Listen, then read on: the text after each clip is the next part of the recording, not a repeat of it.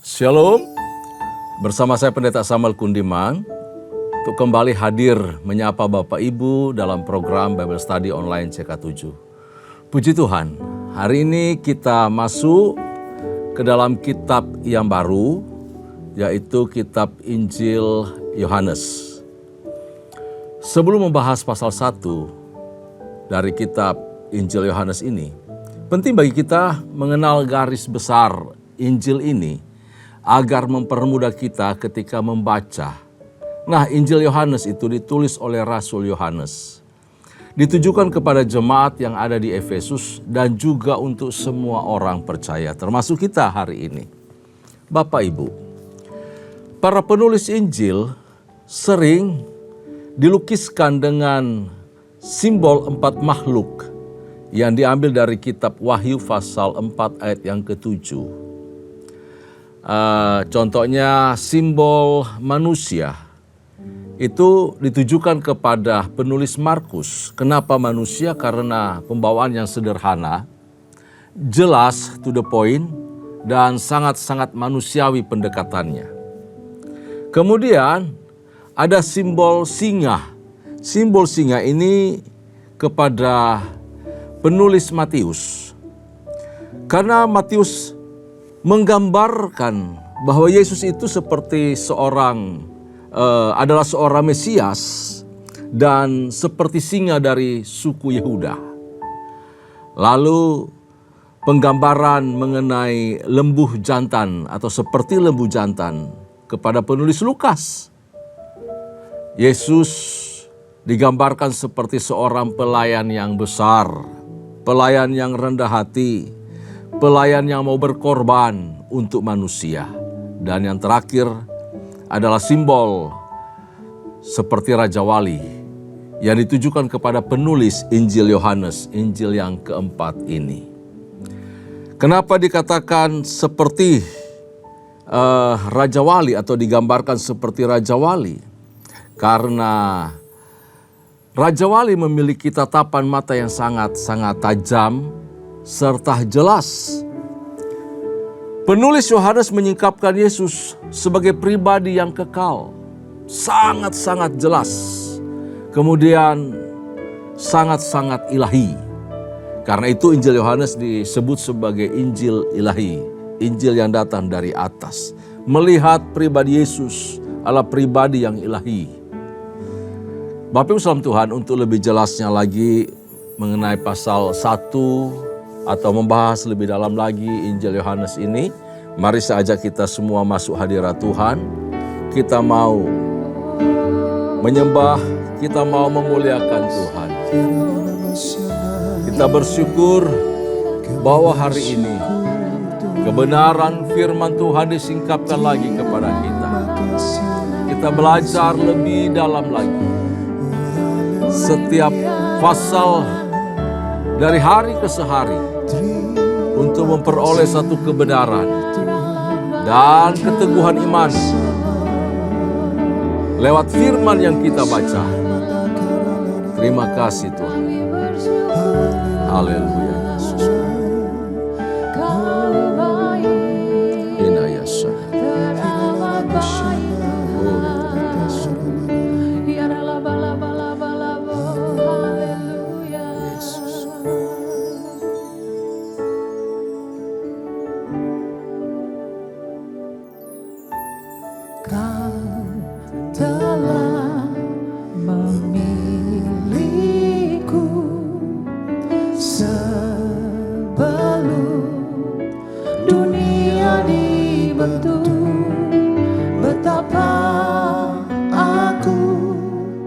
Bersyukur padamu ya Tuhan Allahku. Kau telah memanggilku sebagai alat kerajaanmu. Betapa aku bersyukur padamu atas perbuatanmu.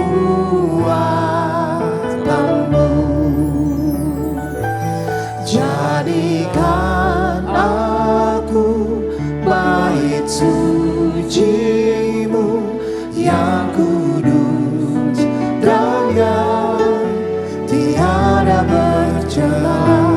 Jadikan aku mesbah doa-Mu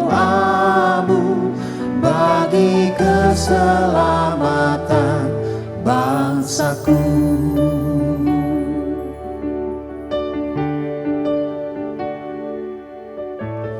Kau telah memilihku sebelum dunia dibentuk. Betapa aku bersyukur padamu, ya Tuhan Allahku. Kau telah memanggilku sebagai alat kerajaan-Mu. Betapa aku bersyukur padamu atas perbuatanmu.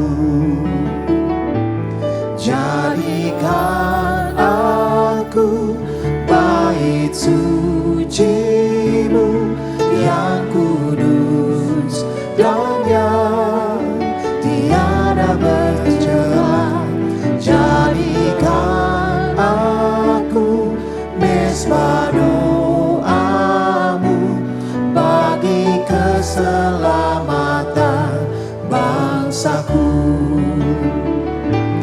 Jadikan aku bait suci-Mu yang kudus dan yang tiada bercela. Jadikan aku mesbah doa-Mu bagi keselamatan bangsaku. Bagi keselamatan bangsaku. Bagi keselamatan bangsaku. Oh Yesus Tuhan, Kau yang telah memilih kami. Ini kami Tuhan, Engkau pemilih setiap kami, Tuhan, oh ya untuk melayani-Mu, terima Tuhan. kasih Terima kasih. Kuriana Mayana Ya Kira-kira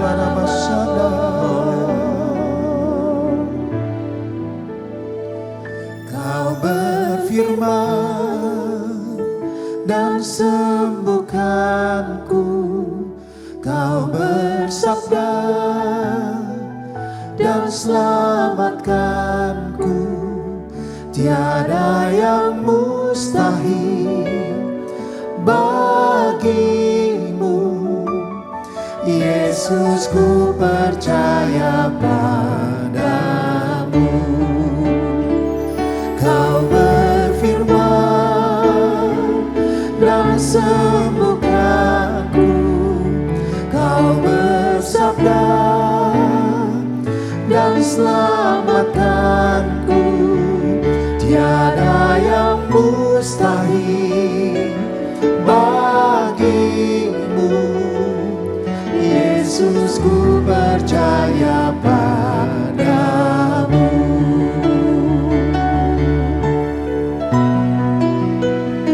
Kau berfirman dan sembuhkanku.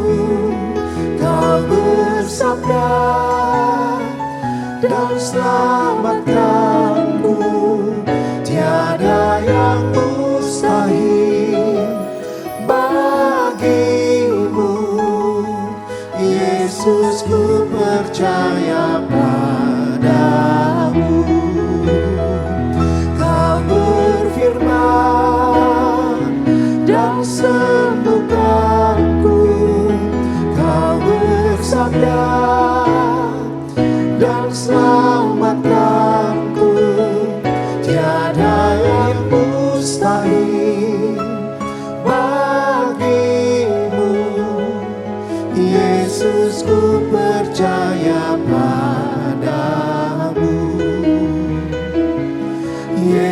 Yesus ku percaya padamu.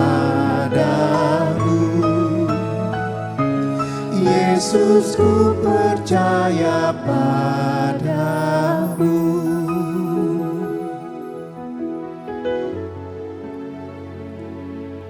Terima kasih ya Tuhan.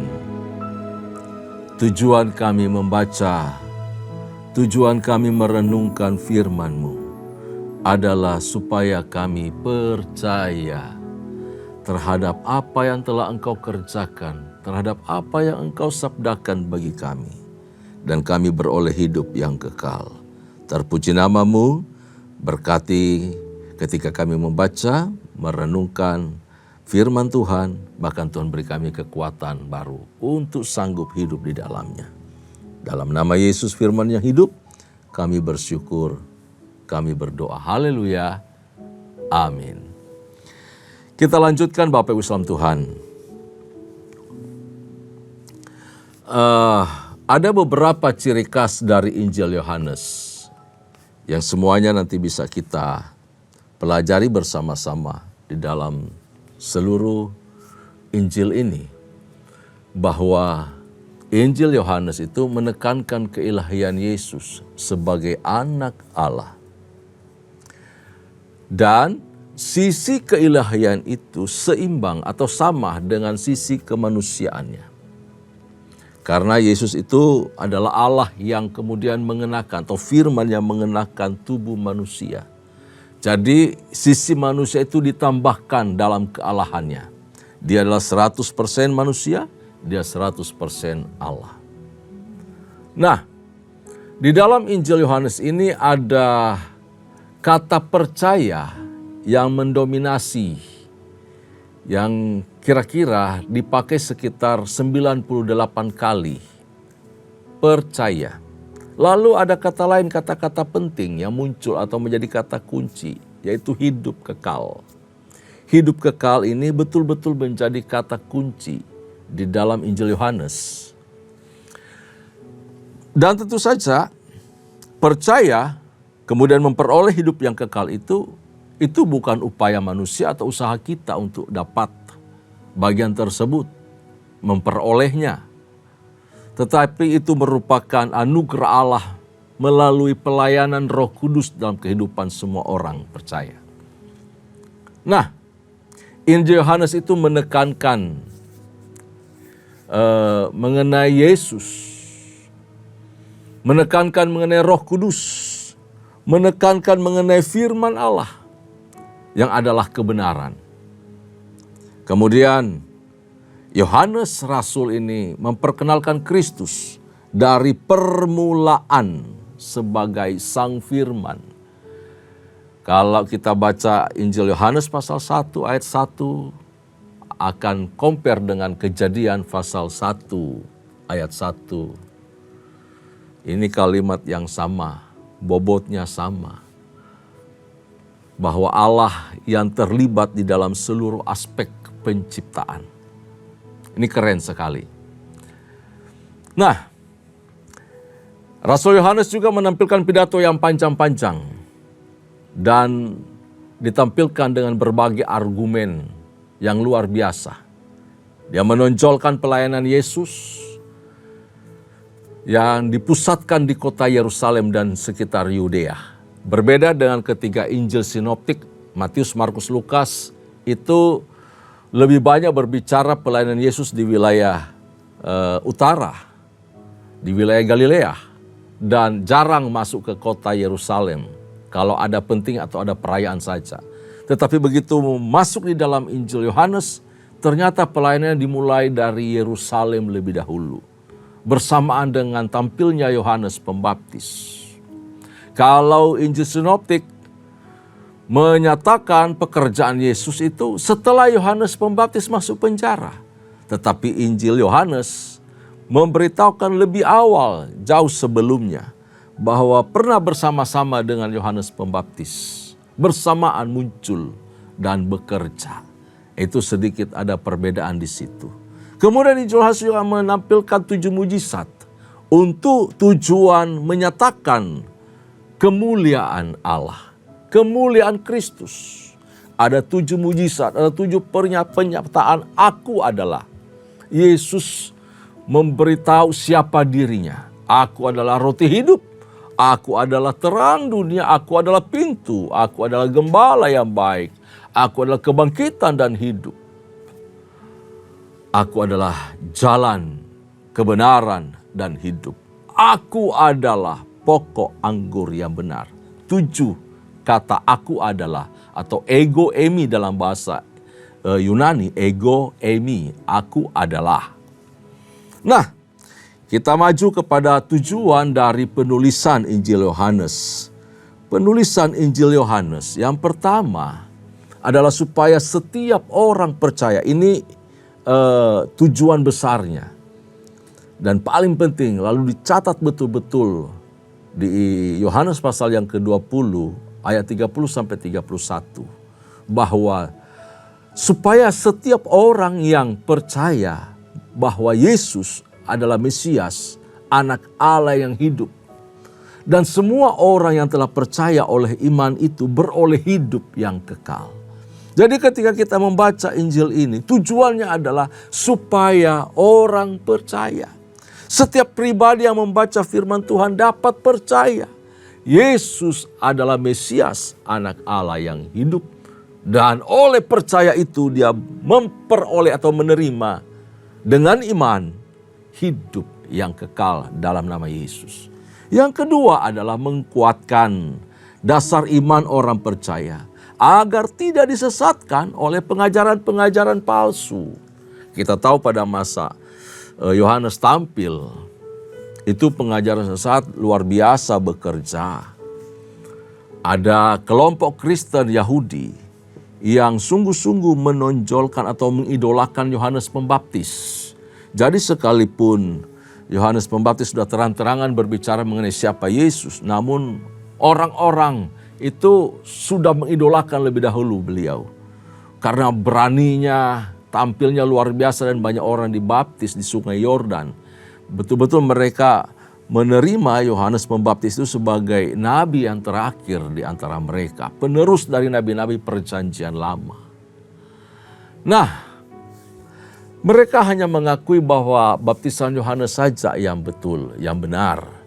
Karena itu Injil Yohanes menempatkan Yohanes Pembaptis pada kedudukan yang benar, pada posisi yang tepat, sesuai anugerah yang telah Tuhan percayakan kepadanya. Juga Rasul Yohanes itu mencatat pertemuan Yohanes Pembaptis dengan Yesus. Ini Bapak Islam Tuhan, saudara loh, Yesus dengan Yohanes Pembaptis. Kerabat dekat. Lalu ia mengajak orang lain untuk mengakui keunggulan Yesus. Ini orang hebat, pribadi yang sangat rendah hati.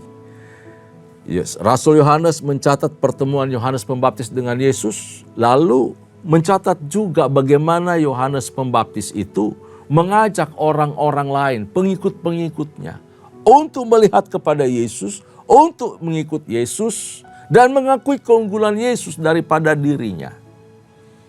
Nah, kedua, hal yang menjadi pergumulan pada masa Injil ini ditulis adalah banyaknya bidat-bidat, ajaran-ajaran sesat. Salah satu bidatnya adalah Gnostik. Gnostik itu mengancam iman orang Kristen. Karena Gnostik itu mengajarkan bahwa semua benda, semua yang berbentuk fisik adalah jahat. Semua yang kelihatan, yang bisa dipegang, diraba, kena panca indera, itu adalah jahat. Tetapi yang sifatnya rohani, roh, itu adalah hal yang baik. Karena itu ini menjadi satu tantangan luar biasa. Nah, Yohanes memulai pernyataan bahwa Allah yang tak kelihatan itu, yang roh itu, telah menjadi manusia. Untuk salah satu poinnya adalah menentang Gnostisisme yang mengancam iman Kristen masa itu. Bahwa Allah itu, kata penganut Gnostik ini, itu tidak bersentuhan dengan benda. Karena itu mereka menolak proses inkarnasi Kristus. Jadi dunia ini bukan ciptaan Allah. Kalau kita perhatikan Bapak Ibu Tuhan, mulai dari pasal 1 ayat 1 dan seterusnya, Yohanes Rasul yang menulis Injil ini membantah semua pengajaran Gnostik. Dari ayat pasal 1 ayat ketiga, pasal ketiga ayat 16 berbicara bahwa Allah yang adalah roh itu mengutus Kristus, anaknya yang tunggal, menjadi sama seperti kita. Daging bisa dipegang, bisa diraba. Dan itu baik adanya. Nah, mari saya ajak kita semua buka Alkitab kita dari Yohanes pasal pertama. Yohanes pasal pertama kita baca dulu bagian perikop pertama ini, firman yang telah menjadi manusia. Demikian firman Tuhan.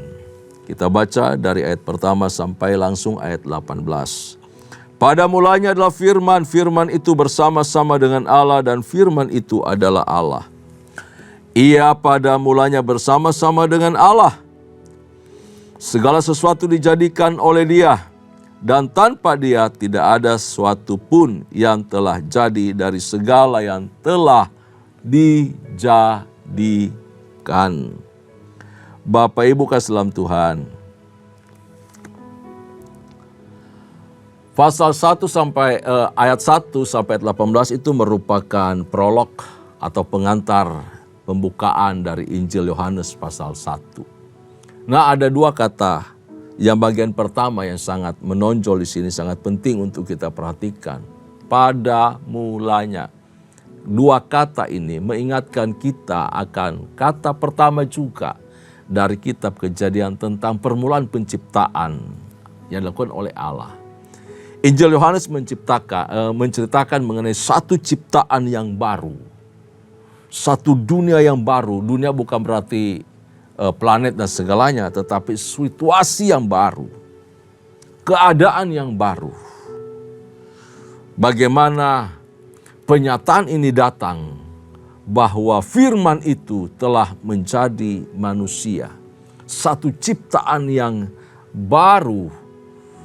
Di sini bicara mengenai hubungan. Ada Allah yang terhubung dengan manusia. Yang dulunya terputus sejak penciptaan pertama itu. Atau setelah manusia jatuh dalam dosa. Kini Allah menciptakan sesuatu yang baru. Menyatakan bahwa dirinya hadir di tengah-tengah umat manusia. Bapak Ibu Tuhan, ini yang disebut sebagai ciptaan yang baru atau situasi suasana keadaan yang baru. Mulai sesuatu yang baru lagi. Kenapa? Karena Allah memulai satu hubungan yang luar biasa. Tidak hanya mengutus nabi-nabinya, tetapi dirinya sendiri datang dan hidup di tengah-tengah manusia. Ada bersama-sama dengan kita. Ini keren banget. Nah, jadi ayat 1 sampai ayat yang ke-18 merupakan pra-inkarnasi atau pra-eksistensi maksud saya dari Sang Logos, Sang Firman. Kalau ayat 1 sampai 2 yang barusan kita baca, berbicara mengenai hubungan Firman dengan Bapa. Ini dalam kekekalannya, suatu doktrin yang sangat kuat. Dasar dari iman orang percaya, orang Kristen, bahwa Kristus sudah ada sejak semula. Kristus itu sudah ada sejak semula.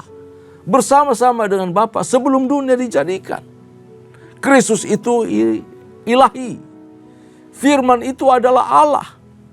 Karena dia bersifat dan berhakikat sama dengan Bapa. Sama seperti yang diungkapkan Rasul Paulus kepada jemaat di Kolose. Dalam Kolose pasal 2 ayat yang ke-9. Firman itu adalah Allah. Yohanes tidak mengatakan bahwa Allah adalah firman itu. Tidak demikian.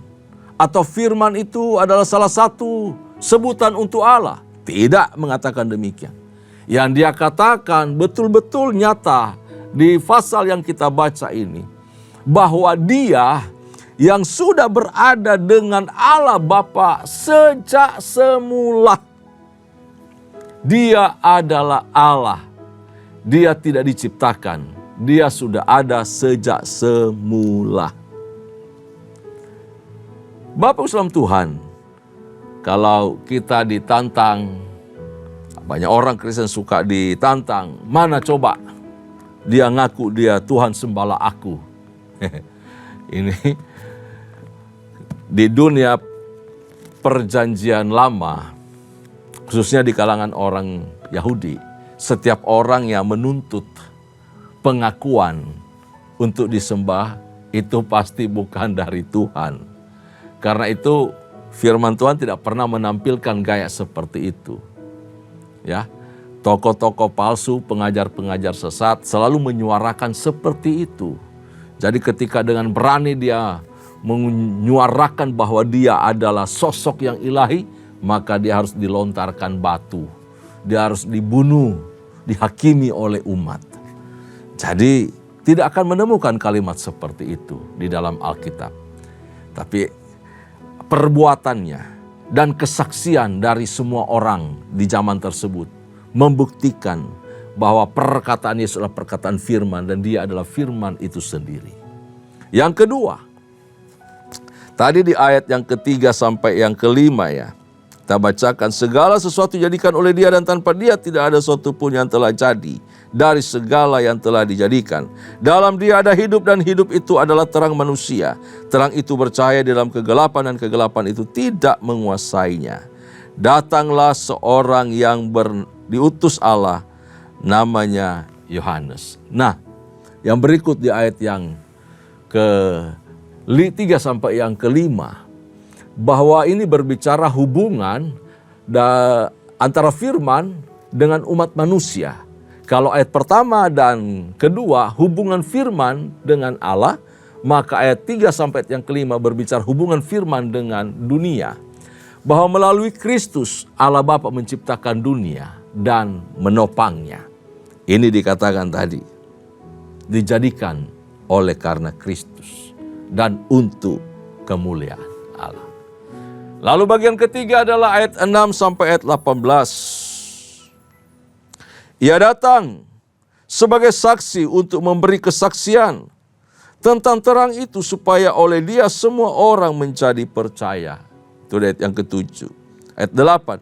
Ia bukan terang itu, ini berbicara mengenai Yohanes, tetapi ia harus memberi kesaksian tentang terang itu. Terang yang sesungguhnya yang menerangi setiap orang sedang datang ke dalam dunia. Ia telah ada di dalam dunia dan dunia dijadikan olehnya, tetapi dunia tidak mengenalnya. Ia datang kepada milik kepunyaannya, tetapi orang-orang kepunyaannya itu tidak menerimanya.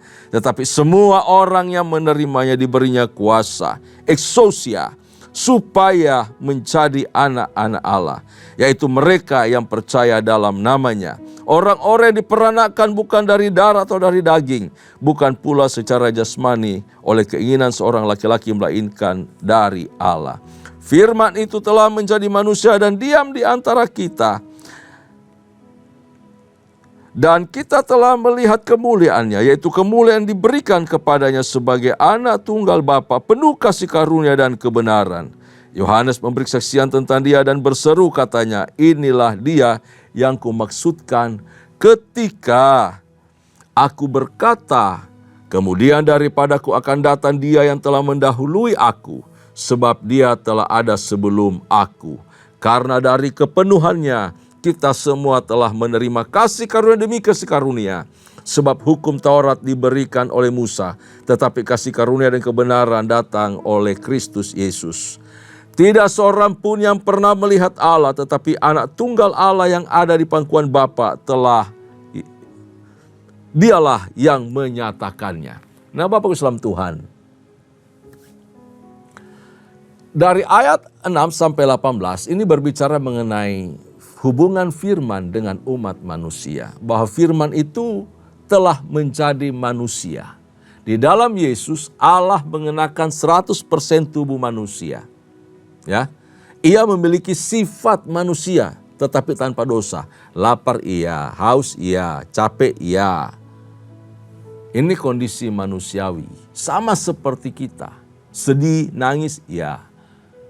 Dan Alkitab jujur menampilkan betul-betul tujuannya apa? Supaya betul dia merasakan dan menanggung beban hidup manusia.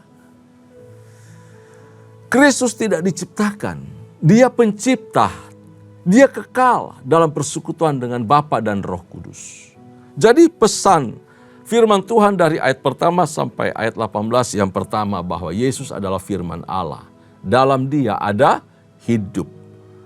Dalam dia ada hidup dan hidup itu adalah terang manusia. Kalau kita punya terang, punya Yesus, kita beroleh hidup. Kita akan menerima terang itu, memiliki terang itu, dan tinggal di dalam terang itu. Lalu kita menjadi terang bagi sekeliling kita. Kalau seseorang tinggal di dalam terang, berarti berbicara apa? Dulunya saya tinggal dalam kegelapan. Karena ada terang, ada gelap. Disebut terang karena ada gelap. Disebut putih karena ada hitam. Nah, manusia yang sudah terjerumus dalam dosa itu dalam dunia yang gelap. Tidak punya tujuan hidup, tidak punya pengharapan dan sebagainya. Terhilang bahkan menuju kepada kebinasaan. Tetapi ketika terang itu datang, terang itu menyinari. Dan semua tampak jelas. Bapak Islam Tuhan, kalau Anda punya Yesus, Anda punya firman, Anda punya terang. Apa yang terjadi? Terang itu akan melenyapkan rasa takut kita. Di dalam terang tidak ada ketakutan. Dalam terang, dalam kegelapan, penuh dengan ketakutan.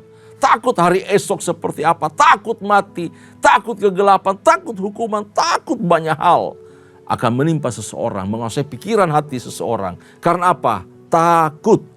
Takut melangkah, takut berbuat sesuatu, takut mengambil keputusan. Itu ketakutan-ketakutan yang mengancam manusia yang tinggal dalam kegelapan. Tetapi dalam terang, rasa takut itu dienyahkan. Kedua, terang itu melenyapkan keraguan-raguan. Orang yang ragu-ragu itu tidak punya kepastian, bimbang selalu. Termasuk bicara mengenai keselamatan hidupnya. Tidak ada sukacita dalam hidup, dalam diri. Karena apa? Bimbang, ragu. Selalu dikuasai kecemasan, kekhawatiran, ragu. Tidak ada keteguhan hati. Tetapi ketika terang datang, segala sesuatu tampak jelas. Tampak jelas, tujuan hidup jelas, semua jelas. Bahwa ini dosa, ini benar, tampak jelas semua. Kita melakukan perkara-perkara yang benar, yang baik. Semua jelas. Nah, yang ketiga, kalau kita punya terang, menerima terang, maka terang itu akan melenyapkan keputusasaan. Bapak Islam Tuhan, orang tinggal dalam kegelapan, ujung-ujungnya dia putus asa. Tidak bisa berharap apa-apa. Putus asa. Kenapa? Mau ke kanan mentok, ke kiri mentok. Maju kena, mundur kena. Putus asa. Orang yang kalau sudah putus asa, langsung selesai. Itu putus pengharapan sama sekali. Dan orang kalau tidak punya pengharapan, putus asa ujung-ujungnya. Kata Dante Alighieri, seorang pemikir, seorang filsuf dari Italia. Orang kalau tidak punya pengharapan, dia sudah berdiri di pintu neraka. Sudah ada di depan pintu neraka. Jadi apa artinya? Menuju kepada kebinasaan karena tidak punya pengharapan. Ketiadaan pengharapan disebabkan oleh karena tidak ada terang di dalam diri. Dan tidak percaya kepada terang itu. Kalau kita punya terang, maka semua akan dilenyapkan. Yaitu keputusasaan di dalamnya. Lenyap, hilang sama sekali. Karena itu Yesus datang mencari orang berdosa. Ia memberi pengharapan kepada kita.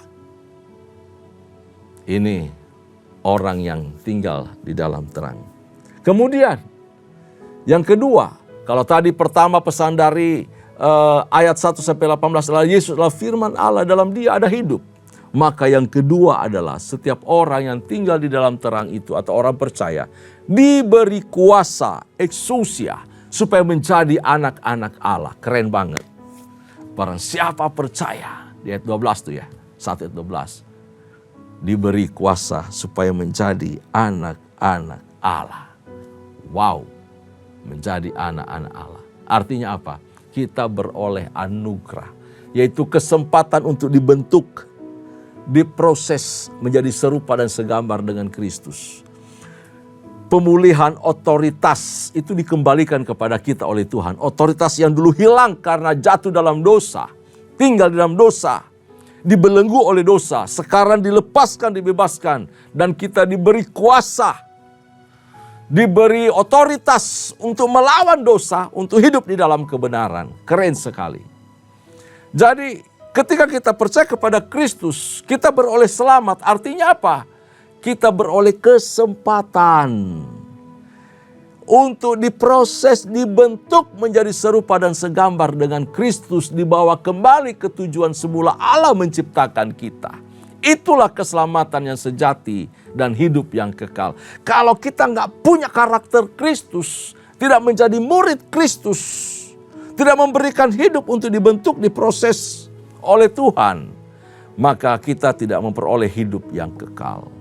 Karena hidup kekal bicara mengenai potensi untuk diubahkan, dibaharui menjadi serupa dan segambar dengan Kristus. Itu tujuan dari Allah menyelamatkan kita. Dan yang ketiga adalah bahwa orang percaya akan hidup di dalam kasih karunia demi kasih karunia.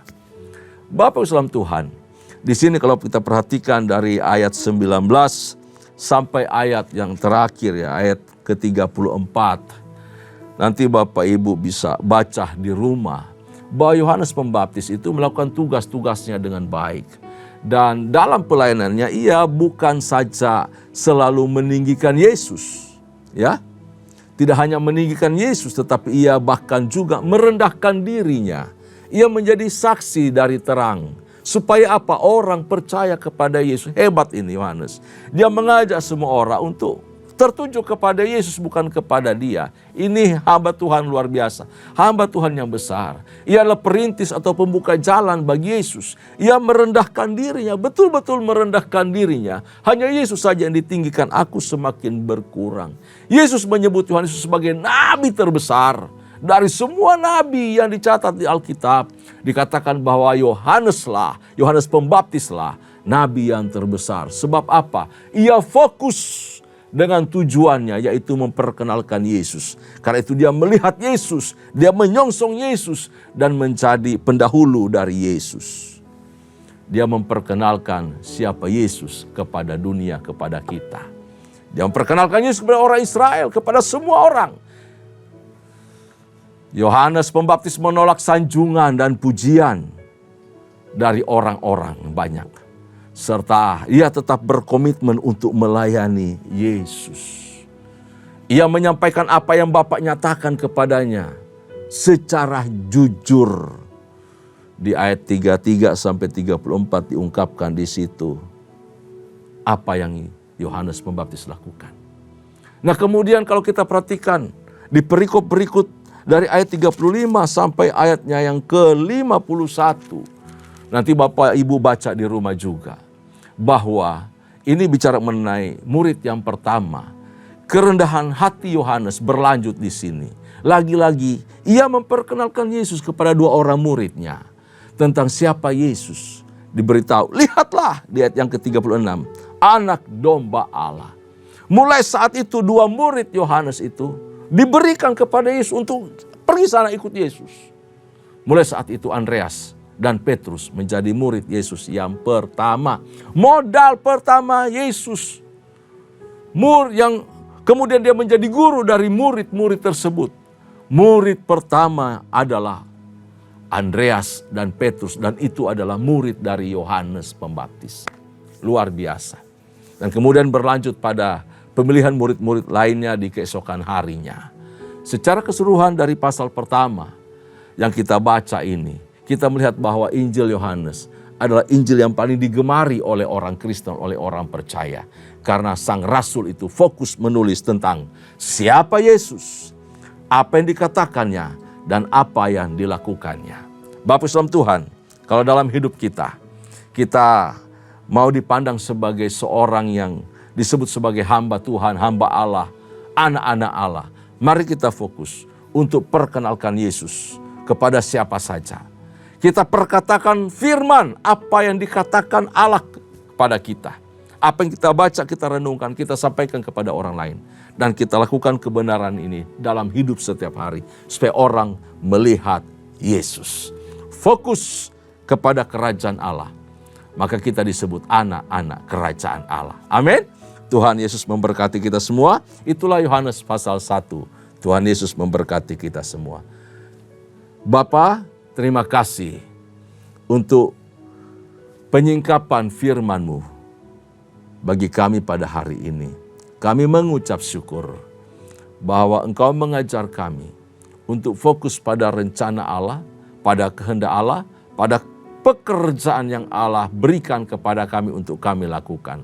Supaya nama-Mu dipermuliakan, supaya nama-Mu dikenal oleh semua orang dan memuji membesarkan Engkau. Terpuji nama-Mu ya Tuhan, dalam nama Yesus kami mengucap syukur. Berkat-Mu turun atas setiap kami yang menyaksikan tayangan ini. Terpuji nama-Mu, kekasih-kekasih Tuhan arahkan hatimu di hadapan Allah dan terimalah anugerah serta berkat yang melimpah dari Allah Bapa melalui Kristus Yesus Tuhan. Serta penyertaan kuat kuasa Roh Kudus turun atas kita semua, menyertai kita mulai hari ini sampai parusia Tuhan datang pada kali yang kedua, bahkan sampai selama-lamanya. Setiap kita yang percaya, sama-sama katakan amin. Tuhan Yesus memberkati kita semua. Shalom.